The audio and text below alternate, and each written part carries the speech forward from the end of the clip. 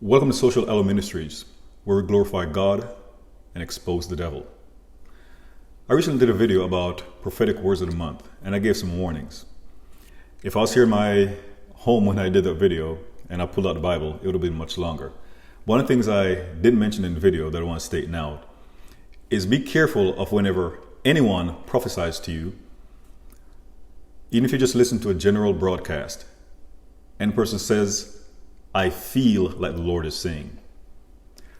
While there are merits in saying, I feel like the Lord is saying, no prophet in the Bible ever went anywhere and prophesied by saying, I feel like the Lord is saying.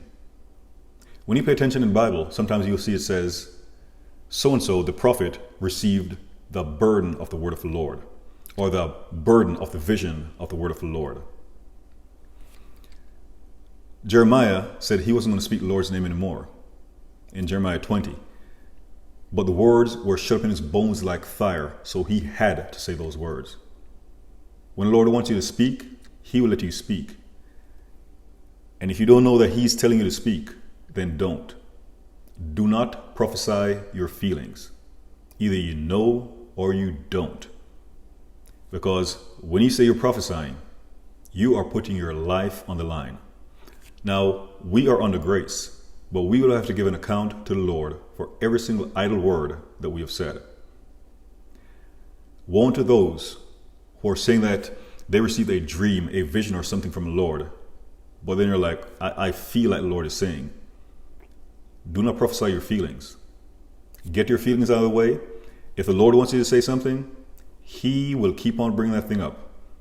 In fact, the previous video that I did, one of the person commented that she saw the video or the title of it, but thought it was a gimmick and didn't want to go into that sow a seed kind of junk. But she said she didn't say the Lord, but basically the Lord kept on bringing that video up to her. She said like the video was following her.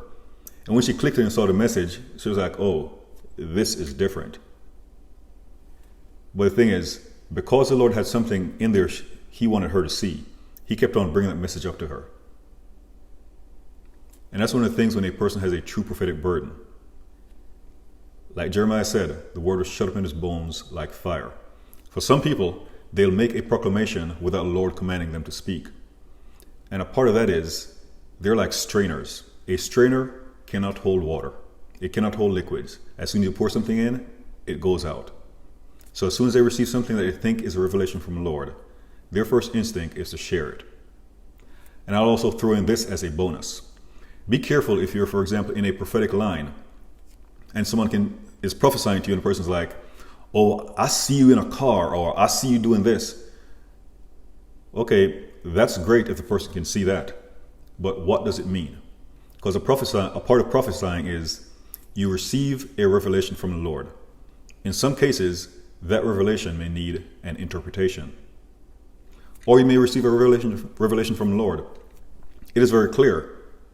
But you also need to find out from the Lord, what do you need to do with this? In some cases, what you need to do is intercede. You don't need to proclaim that message to anyone. You need to intercede for whosoever the Lord shows you or tells you about in that revelation. So again, get your feelings out of this stuff. And prophecy is not about seeing and saying. A revelation from the Lord oftentimes requires an interpretation. And even when you have the revelation and the interpretation, you need the Lord's permission to speak.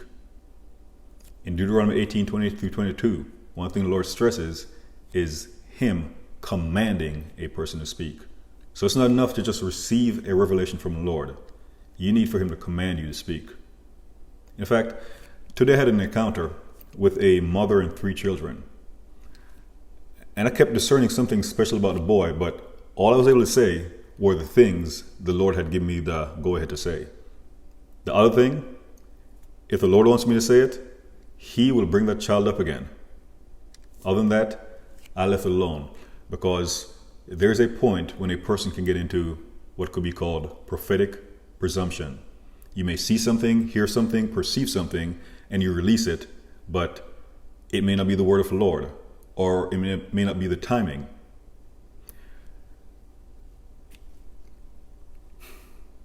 We know the story of Abraham. how the Lord told him that he was going to bless him with a child, and how it took 25 years to happen.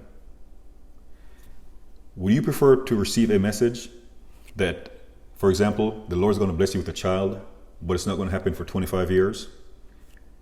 Or would you prefer to receive a message saying that within next year, the Lord is going to bless you with a child?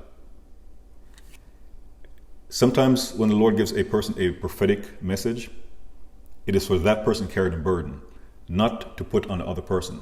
Because in some cases, a prophecy delivered too soon, it causes problems. For one, the enemy is going to attack. And some people get discouraged, and it just causes a whole host of problems. So it's not enough to receive a revelation from the Lord, but also to receive his clearance to release that message. In some cases, it could be like a person being pregnant for a very long time, carrying a message because you gave the person the message too soon. I said more than I thought I was going to say. Hopefully I wasn't speaking too fast. God bless you.